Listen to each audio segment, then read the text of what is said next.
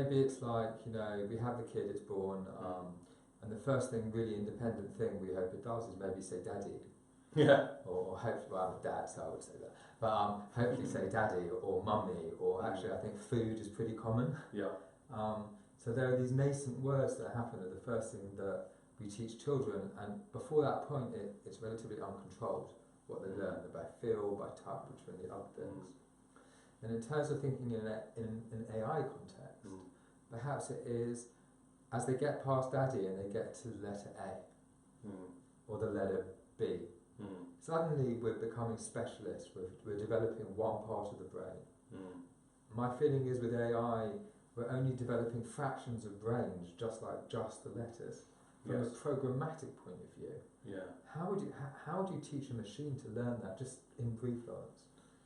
Well, it's very hard to teach that, and that's why we use the data to help us break down. And we use an awful lot of data to basically understand very basic things, recognising shapes, recognising words, recognising sequences of instances of things happening.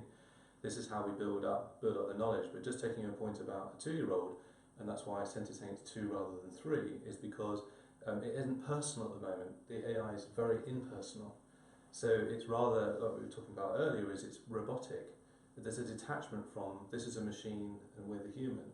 Whereas it progresses and gets older, we'll realise that becomes more difficult to work out the differences between AI and ourselves, particularly on basic tasks. So it's like Siri not understanding my bad grammar.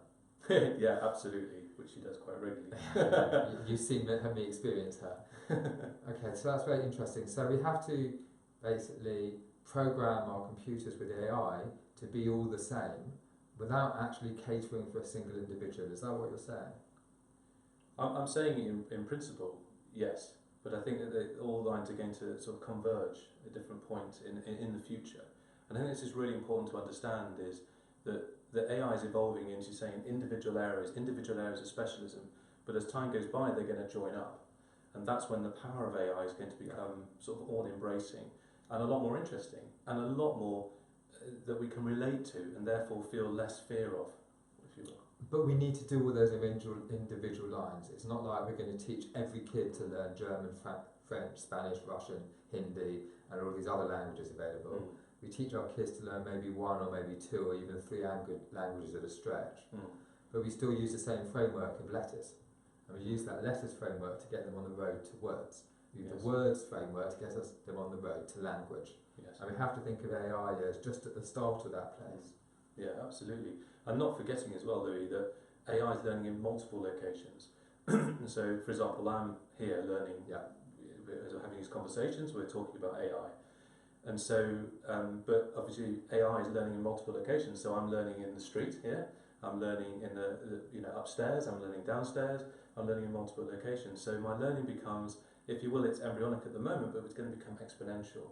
And that can be also quite alarming. But on the other side, it can be quite interesting in terms of the speed of the learning and the complexity that comes from that will allow us to eventually reach this sort of simplicity idea that actually AI is very natural in the way it performs its various functions.